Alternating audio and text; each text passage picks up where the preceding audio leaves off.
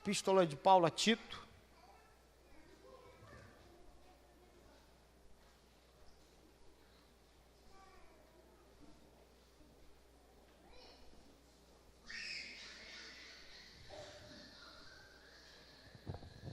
Capítulo 2, verso 11 ao verso 14. Epístola de Paulo a Tito.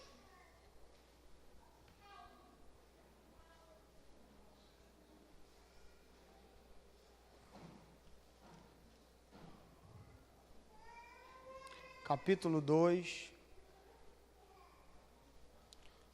versículo 11 ao versículo de número 14.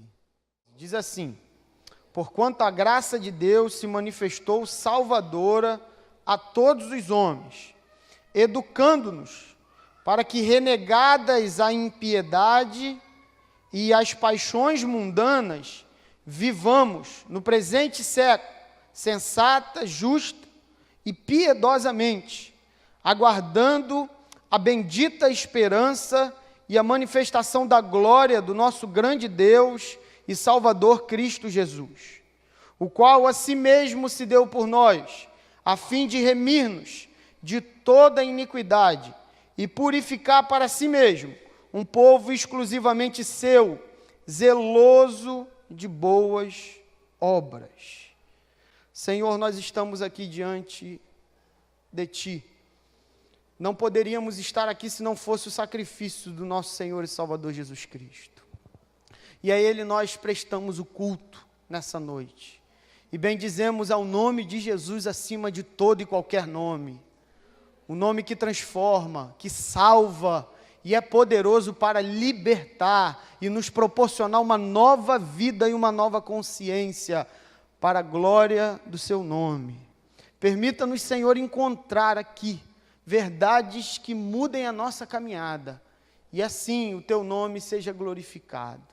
Que nesse ambiente aqui onde nós estamos, que a paz do Senhor entre em nossos corações e assim consigamos compreender tudo aquilo que o Senhor deseja tratar conosco nessa noite. E obrigado por esse privilégio de estarmos aqui. Louvado seja o nome de Jesus. Irmãos, esse texto aqui, ele pertence a uma carta. Essa carta geralmente é endereçada para pessoas que nós amamos e temos um apreço. Geralmente uma carta ela tem um objetivo, né? Os namorados de antigamente, geralmente tinha aquela carta, né? Os namorados de antigamente tinha aquela carta, geralmente com aquele beijo do batom e o perfume. Se tinha essa carta antigamente. Hoje não se tem mais essa carta. Mas a carta ela tem uma finalidade de transmitir uma mensagem. Ela tem o objetivo de traduzir um significado. E não é diferente nessa pequena passagem que nós lemos da Bíblia, mas que está situada numa carta. É uma carta de Paulo para Tito, amigos, e também Paulo, discipulador de Tito, com o objetivo de organizar a vida, a família e a igreja. Essa carta aqui tem o objetivo de trazer esse interesse, uma organização para a vida, para a família e para a igreja. Esse é o principal ponto, porque tem uma curiosidade nessa carta, porque nós estamos falando aqui da terceira geração de cristãos. Já chegou, então, um novo momento. Jesus morreu, ressuscitou, foi assunto aos céus. Então, é um novo período para a igreja. Paulo já, ao que tudo indica, chegando ao fim de um ciclo, e Timóteo também, iniciando um novo ciclo. Então, à medida que a igreja se distancia do seu fundador, que é Cristo Jesus, e dos apóstolos, por conseguinte, à medida que essa igreja se distancia, ela também pode perder os princípios básicos, os fundamentos que fazem com que ela possa prevalecer. Mas não só a igreja, mas também os discípulos de Jesus. À medida que se distancia da sua origem, perde-se a condição de se ter um evangelho verdadeiro, porque começa a ter corrupção no meio da história. Então essa carta é para trazer novamente uma lembrança de que sempre foi, sempre será o fundamento da nossa vida, da igreja, de toda a forma como nós nos expressamos, comunicamos e falamos. E as nossas decisões sempre foi, sempre será a graça redentora em Cristo Jesus. Não existe outra explicação, não existe outra máxima. Sempre foi e sempre será a graça que nos redime, que nos apresenta a um novo ciclo e a um novo momento de vida e de consciência para tudo aquilo que desejamos fazer. E o ponto principal desse texto que nós estamos vendo aqui, irmãos, o ponto principal dele é que a vida realmente só pode ser explicada à luz dessa graça. Só pode ser explicada à luz de uma graça que às vezes a gente não compreende da maneira adequada. Sabe por que nós não compreendemos da maneira adequada? Porque nós achamos que a graça salvadora de Cristo Jesus é simplesmente para nos tirar do inferno, futuramente. E a gente fica olhando para o futuro com medo do inferno, mas hoje vivendo uma vida infernal. Então isso não é evangelho, isso é barganha. Olhando para o futuro, querendo algo do céu, porém, hoje, vivendo uma vida cheia de decisões erradas, complicações, inadequações, tudo indo de mal a pior, mas o medo de futuramente ir para o inferno. Só que a salvação ela não começa lá, ela começa aqui, hoje e agora. A graça, ela é para o dia de hoje, e não para o dia de amanhã, somente. Ela é um princípio que rege a nossa vida hoje, e o fundamento dessa epístola, dessa carta aqui, é dizer que a minha estabilidade de vida depende do meu fundamento. Onde eu estou construindo a minha casa, sobre qual fundamento eu tenho estabelecido e construído a minha vida e a minha família. Porque perceba, meu irmão, que toda crença fundamenta uma conduta. Todo mundo que tem fé em alguma coisa. E a partir dessa fé, dessa crença, é que ele tem uma vida. Então tem gente que diz crer em Deus, porém vive alheio a tudo aquilo que se chama Deus. E se chama evangelho. Não é uma crença, não é a fé verdadeira, é um tipo de convicção. Mas a fé, ela produz necessariamente uma conduta. Por isso que Jesus diz, o que eu posso comparar o homem sábio? O homem sábio e o homem prudente, eles podem ser comparados na construção de uma casa. Sabe por que o homem sábio e o homem prudente podem ser comparados na construção de uma casa? Perceba onde eles vão construir. Perceba onde que eles vão lançar o fundamento. Porque é a partir do fundamento que toda a vida se estrutura. É a partir do que nós colocamos na base é que toda a nossa vida se estrutura. Porque a crença gera convicções. Convicções geram modos de viver, de se relacionar, de pensar, de agir e de ser.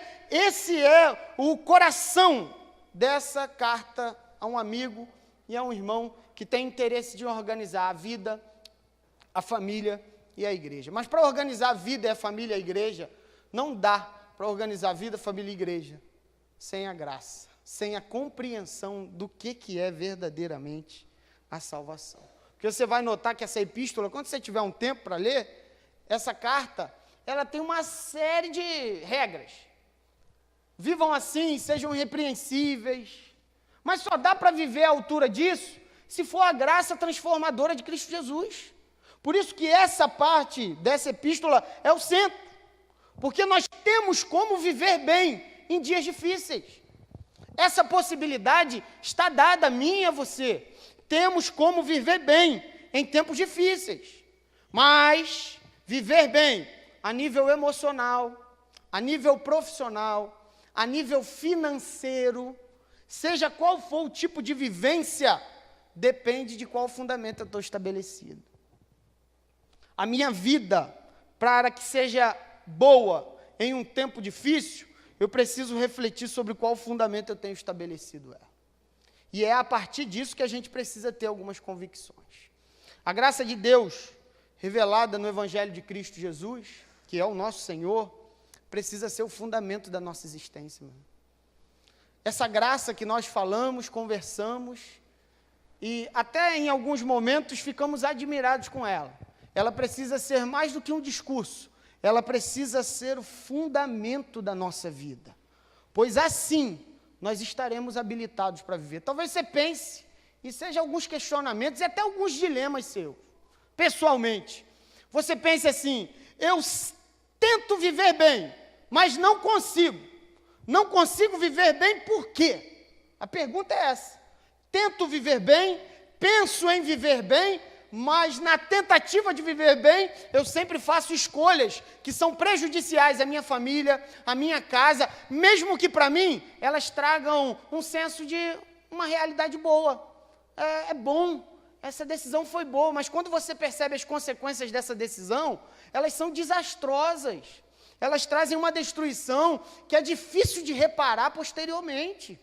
Então nós estamos diante de um dilema nosso, uma dificuldade, sobre qual fundamento estamos construindo a nossa vida.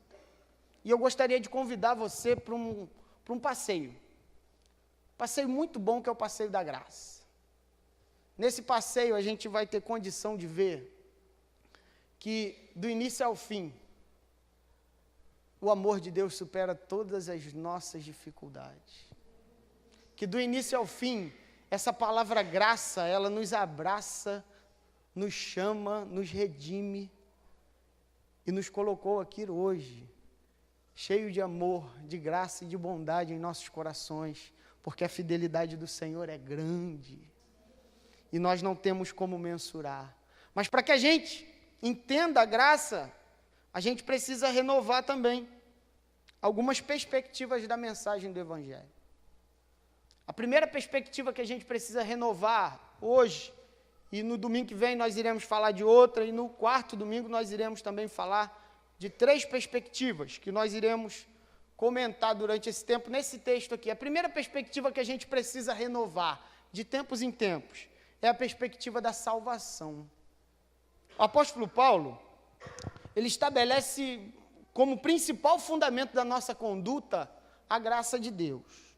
De todas as decisões e exigências, todas as decisões, exigências para uma boa vida, para um bom ministério, essas decisões, exigências de uma conduta, de uma forma de viver, estão relacionadas diretamente à graça de Cristo Jesus, pois sem ela nós não temos condição de viver e muito menos de obedecer a toda a verdade revelada em Cristo Jesus. Todas as realidades, meu irmão, que foram, que são e que serão criadas em nossa existência, estão relacionadas diretamente com a manifestação dessa graça salvadora de Cristo Jesus. Ao olhar para o lado, nós encontramos graça. Ao olhar para o outro, nós encontramos graça. Ao olhar para o nosso passado, nós encontramos a graça de Deus. E ao olhar para o futuro também, nós não temos outro olhar a não ser a graça do nosso Senhor e Salvador Jesus Cristo. A graça é a origem de todas as situações da nossa vida. Pense naquela dificuldade boa que você viveu.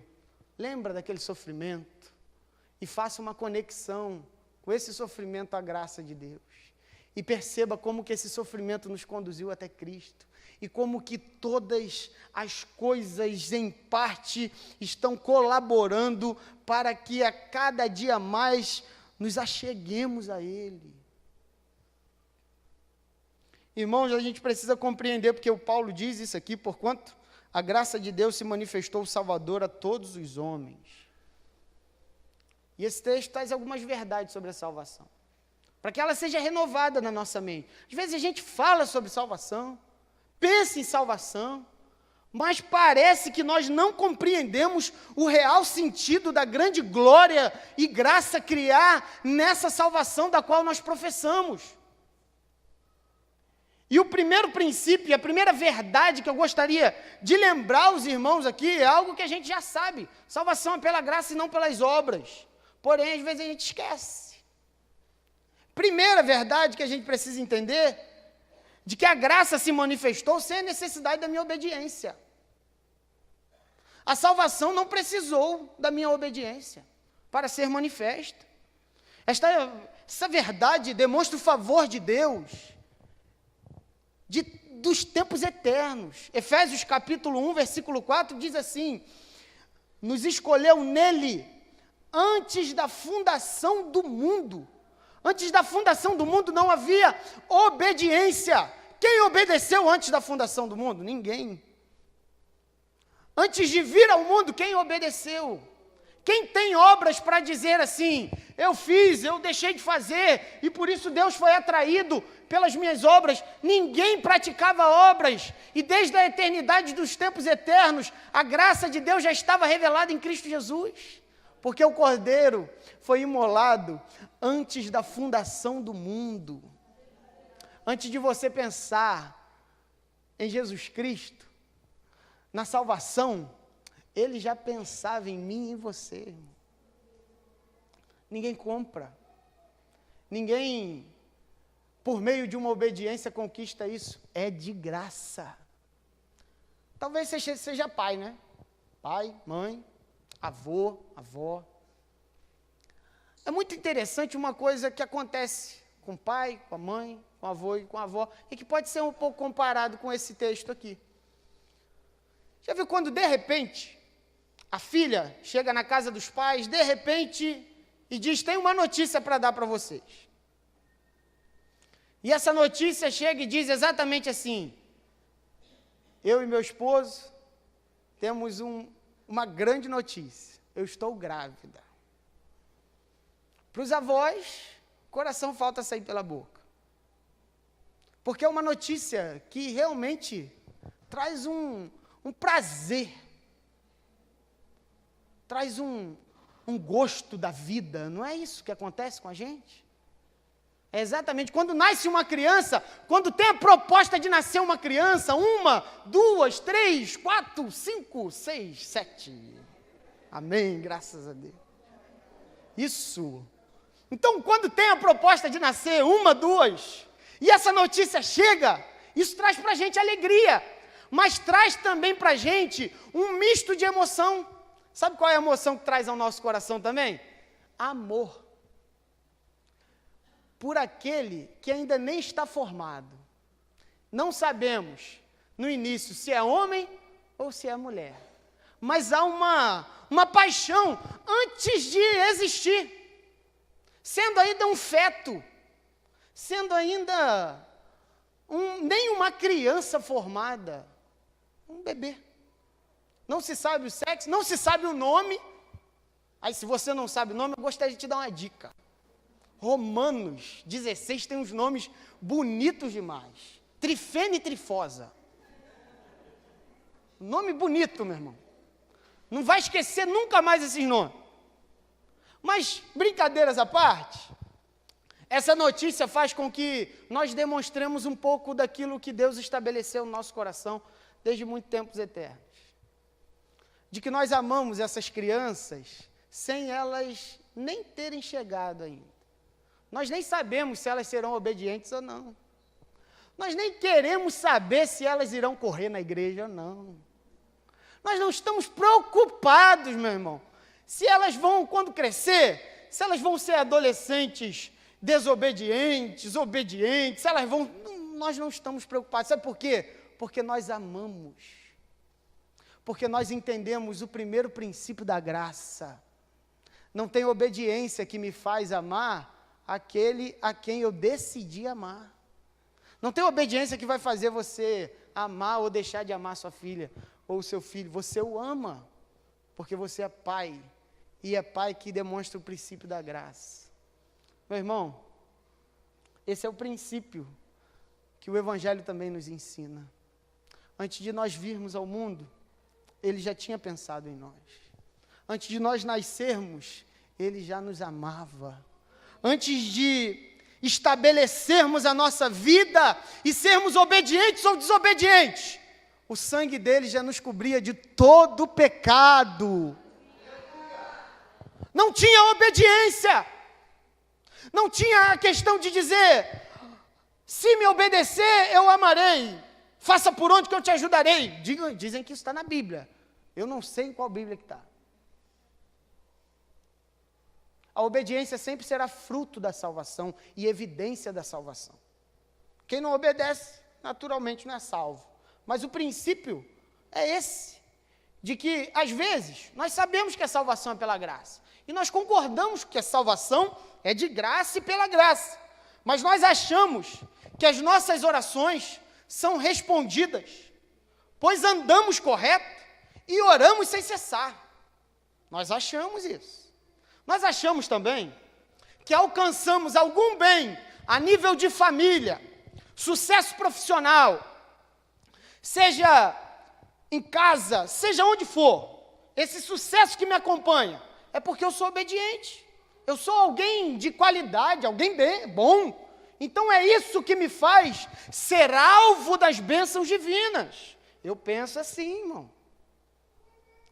Realmente nós achamos que a nossa família, mesmo tendo uma série de dificuldades, ainda permanece no caminho perseverando, e isso é fruto da minha perseverança. Nós pensamos que é assim. E nós realmente achamos que Deus foi atraído pelas nossas boas obras, que nos tornamos irresistíveis porque começamos a andar bem e começamos a ter um caráter bom, e isso atraiu Deus para olhar para mim com um pouco mais de carinho e de atenção. Meu irmão, definitivamente não. Definitivamente as nossas orações, a nossa família, tudo o que está nos alcançando e tudo o que nos alcançou e tudo aquilo que nos alcançará, as nossas orações, ao serem levadas ao trono da graça, não são levadas pelas nossas palavras, mas por aquele que intercede por nós, o Espírito Santo, e por aquele que rompeu o véu, abriu o caminho, Cristo Jesus, o nosso Senhor e o nosso Salvador. Nossas orações não são respondidas definitivamente pela nossa perseverança, pela nossa insistência. A nossa oração é respondida porque em nós existe um precioso sangue, o precioso sangue do Cordeiro de Deus, que purifica o mundo, que transforma a vida do pecador. Nada nem ninguém pode se achegar dignamente diante de Deus, a não ser que seja pelo Cordeiro, Cristo Jesus, nosso Senhor. Ele não olha para mim, Ele não olha para as minhas petições, e muito menos para o meu caráter. Ele não olha, e bendito seja Ele por isso. Ele olha para o sangue de Cristo, que nos cobre do início ao fim, que está posto sobre nós, e ninguém pode mudar isso. O olhar favorável de Deus, as bênçãos que nós alcançamos, os favores que nós alcançamos, os livramentos que recebemos sem perceber, não é porque somos fiéis, mas é pela graça, é pelo amor dEle, e nada mais, nada mais. É Ele, irmãos, que é o ponto. É essa graça que consegue enxergar em si nada. Nós não somos nada, nós não temos nada. E quando olhamos para Deus, vemos o grande soberano, Rei, Santo, e como raça humana nós voltamos as nossas costas para Deus e decidimos viver segundo as nossas próprias decisões e segundo o nosso próprio caminho, mas mesmo assim, Ele veio ao mundo como homem e entregou-se. Essa verdade muda a nossa história, porque eu não consigo olhar para a minha vida sem perceber que foi graça do início ao fim.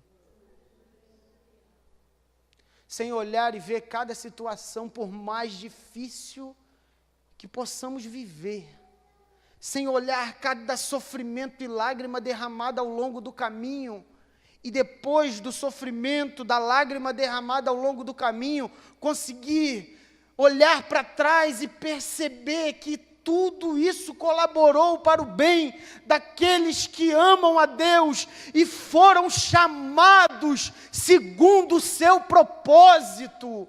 Não existe explicação possível em mim, em você, que faça com que Deus nos ame menos ou mais. Simplesmente é graça. E graça não se explica, é dada. Não se compra, se ganha. Por isso que ele diz também em Efésios, um texto tão lindo, capítulo 2, verso 4 ao verso 10, ele diz exatamente assim, você não precisa abrir a Bíblia, escute o que eu vou dizer. Mas Deus, sendo rico em misericórdia, por causa do grande amor com que nos amou, e estando nós mortos em nossos delitos, nos deu vida juntamente com Cristo. Pela graça sois salvos.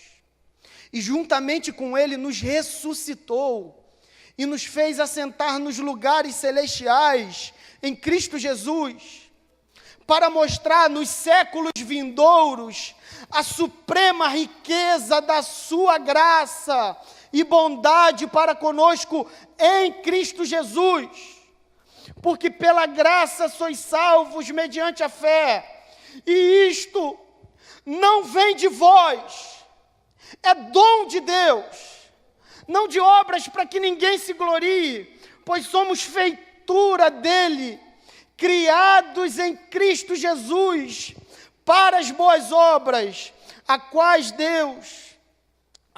Deus, de antemão, preparou para que andássemos nela. Bendito seja o nome de Jesus. Porque, meu irmão, talvez muitas coisas na nossa vida nesse momento a gente não sabe explicar. Por que algumas situações aconteceram? Mas se nós tivermos uma sinceridade de olhar para o nosso passado, e perceber a boa mão de Deus em cada etapa, nos livrando de cada situação, não permitindo que tantas coisas acontecessem conosco.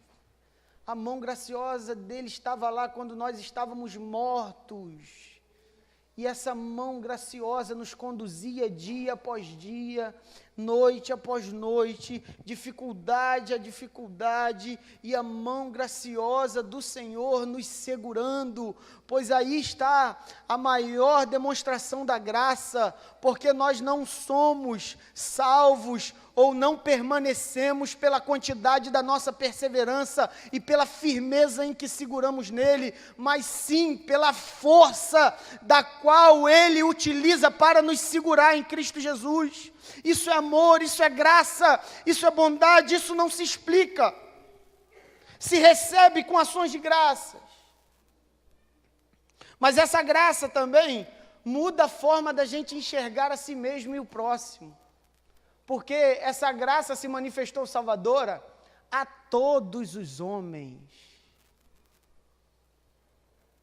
O curioso está aqui, irmãos. Porque esta salvação não está relacionada com o meu e com o seu caráter, mas está relacionada com o caráter de quem ele é. Bondoso, misericordioso, longânimo, Senhor da vida e da morte. Não está relacionada com quem somos, mas com quem ele é. O olhar humano e o olhar divino, eles colidem fortemente. Pense comigo uma questão aqui, e é bom a gente falar sobre isso. Porque a gente vive num momento da política brasileira extremamente desafiador. Mas perceba uma coisa, quem olha da direita para a esquerda, entende que quem está lá é do diabo. Quem olha da esquerda para a direita, entende que quem está lá é do diabo. Percebe que o ser humano ele é capaz de fazer isso. Sabe por quê? Por causa de divisão política e ideológica. Nós conceituamos e decretamos pessoas más e pessoas boas. Nós fazemos isso. Nós dividimos o mundo entre bons e maus. Pessoas que, na maioria das vezes, ou concordam ou discordam. Alguns concordam comigo e outros discordam. Então, o nosso olhar de bondade ou de misericórdia, na maioria das vezes, está relacionado exatamente com o nosso ponto de vista. Nós olhamos assim. Porém, a nossa comunidade é chamada comunidade da graça. Na comunidade da graça, um zelote consegue conviver com um publicano da melhor maneira possível. Tinha um publicano chamado Mateus, que é o que tudo indica. Mateus, Levi, era de uma certa tendência à direita. E tinha um zelote, que era aquele mais revolucionário, né? Contrapartido burguês, isso aí, vote 16. Então, Deus coloca, ou melhor, Jesus Cristo chama duas pessoas para conviver com ideologias diferentes no mesmo lugar. Porque o que importa não é verdadeiramente, e aqui está a maior demonstração disso, que quando nós somos uma comunidade da graça, maior é o que nos une, e menor é o que nos separa. Porque aprendemos a olhar um ao outro, com graça e com misericórdia, com o olhar do Evangelho. E no olhar do Evangelho, Romanos 3,9 diz assim, que se conclui. Nós olhamos, tem gente que nós achamos, isso é um pecador demais. Aí a gente olha e fala assim, eu sou um pecador de menos. É a mesma coisa, irmão. É a gente que difere esse negócio. Porque todos foram nivelados por baixo.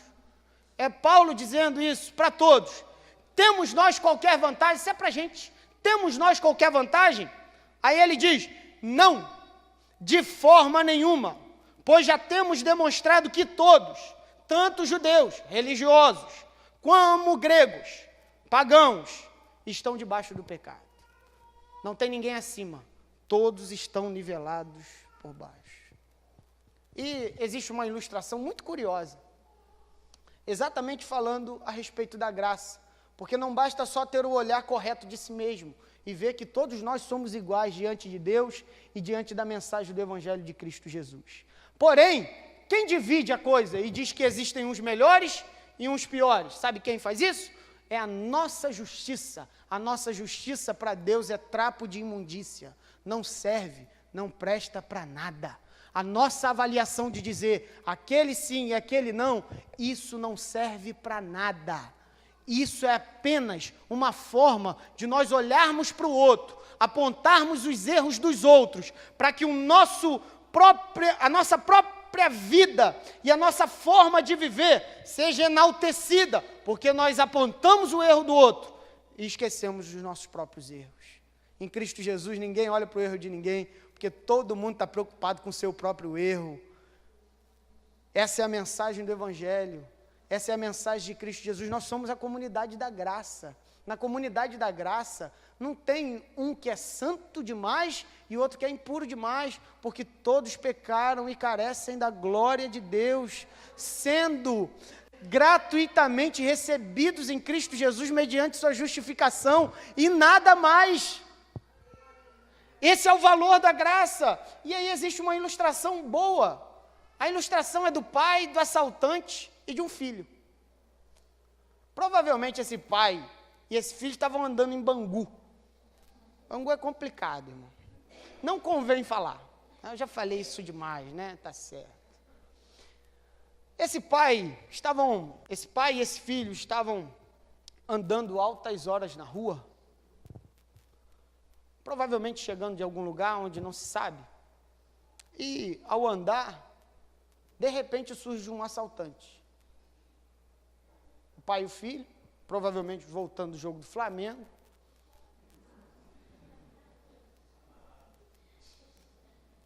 Enfim, provavelmente de uma vitória, mas isso não vem ao caso. E eles estão voltando de algum lugar. E ao voltar desse lugar, de repente são surpreendidos. Provavelmente deviam estar alegres, né? Caminhando, pai e filho. Uma coisa boa. Família, né? Bom demais. E voltando para casa, caminhando, de repente surge um assaltante. E esse assaltante pede celular, carteira. Não tinha carro, eles estavam voltando andando. Provavelmente a casa ficava perto. E eles estavam voltando, de repente, foram pegos de surpresa por esse assaltante. E esse assaltante colocou a arma na cabeça do pai e disse: se você não me der o que eu estou lhe pedindo, você não sairá daqui vivo. E o pai prontamente deu tudo, pegou do filho também, era uma criança, eu esqueci de dar esse detalhe, isso é uma ilustração, e pegou esses pertences e entregou. E nessa que ele entregou, esse assaltante prontamente pegou a arma e colocou sobre a cabeça do filho. E disse: tem mais alguma coisa? E o pai disse: pelo amor de Deus, não tem mais nada. E de repente esse assaltante não feliz aperta o gatilho, atira, na frente, um furo como de caneta, atrás, tudo acabado. Uma família destruída, um pai agonizando, com o filho no colo, não sabendo o que fazer, e de repente esse assaltante corre. E ao correr ele é atropelado. E ao ser atropelado, fica agonizando no chão, mas ainda com possibilidade de vida. Esse pai olha para os braços, tem o filho nos braços. Ele olha para o assaltante está prestes a morrer, porém precisa de socorro. Esse pai deixa o filho no chão, vai em direção ao assaltante, pega esse assaltante, chama uma ambulância, coloca ele dentro de uma ambulância, socorre-o. Naquele inteirinho, ele leva o filho para o necrotério e o assaltante para a ambulância.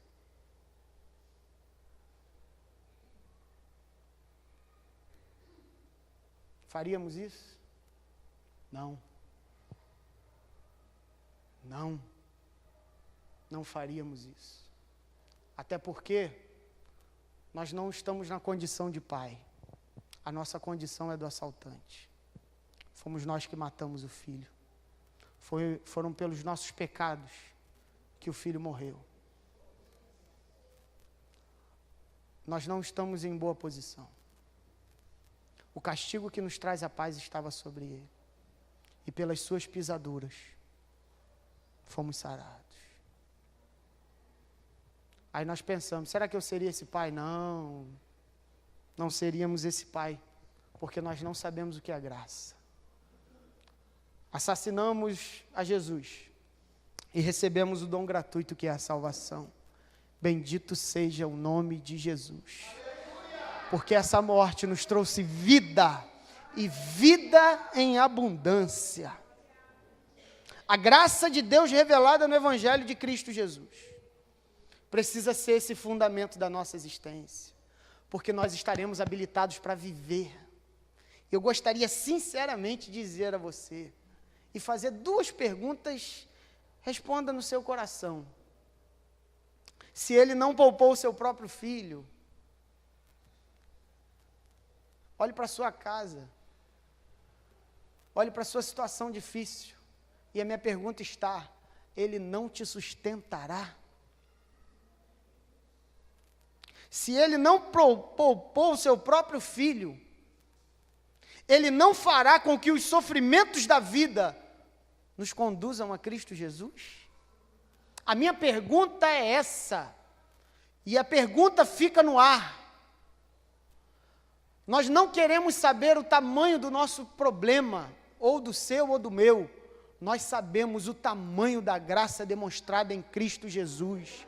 E isso é suficiente para nos habilitar a viver. Se a graça de Cristo Jesus não nos convida a receber todo o sofrimento e dificuldade, dando as boas-vindas, porque entendemos que todas as coisas cooperam para o bem daqueles que amam a Deus e foram chamados segundo o seu propósito. Se ele não poupou o próprio filho, antes nos salvou, não nos dará com ele graciosamente todas as coisas que nós precisamos? E às vezes a gente precisa relembrar algumas coisas. Salmo 42, 5 diz: por que está abatida, ó minha alma? Por que te perturbas dentro de mim? Espera em Deus, pois ainda o louvarei. A Ele, o meu auxílio e Deus meu. É graça, irmãos. Graça como fundamento da vida, restaurando a perspectiva da salvação. Quando a gente entende o tamanho da graça, meu irmão, ficar preocupado com o arroz e com o feijão que vai aparecer amanhã é pura infantilidade nossa. É puro medo.